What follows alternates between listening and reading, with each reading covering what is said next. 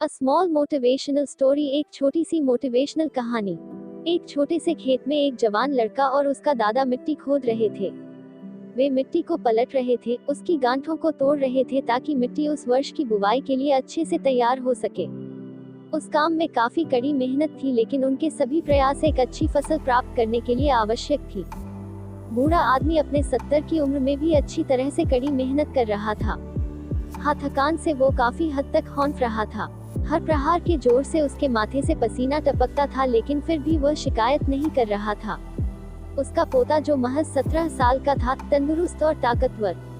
वह मिट्टी को पलटने और गांठों को तोड़ने में लगती मेहनत और ताकत के लिए कोसता, फिर वहां खड़े होकर वह हाँफता और थोड़ी देर के रुक जाता। थोड़ा आराम करने के बाद एक बार फिर से काम शुरू करने से पहले शिकायत करता। थोड़ी देर बाद युवा पोता देखता है कि उसके दादाजी ने जितना काम कर जमीन को तैयार किया, वो खुद ने की तैयार की जमीन से बहुत ज्यादा है। दादी, जब आप इतने बूढ़े हो फिर भी आपने मुझसे इतना अधिक काम कैसे किया? पोता अपने दादा से पूछता है। दादाजी ने उसे जो जवाब दिया उसकी उसे उम्मीद नहीं थी।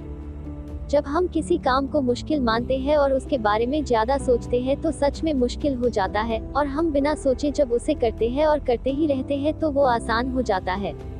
पोता थोड़ा अचंभित हो जाता है, इसलिए दादाजी अपनी बात जारी रखते हैं। जब हम अपना समय यह सोचने में बिताते हैं कि कोई काम कितना कठिन है और अभी कितना सारा बाकी है, तब हमारा मन बहाने बनाने लगता है। इन सभी चीजों के बारे में सोचना, अपने स्वयं के विचारों के बवंडर में फंसना ही उस काम को हमारे लिए बहुत ज्यादा कठिन बना देता है। इसलिए समझदारी इसी में है कि वास्तविक रूप से पहली बार में शारीरिक कार्य किया जाए। जब आप तय किए काम के बारे में ज्यादा सोचते हैं और अपने दिमाग को नकारात्मक विचारों पर ध्यान केंद्रित करने की अनुमति देते हैं, तो आपकी गति उस काम को करने के लिए अपने आप धीमी होते जाती है।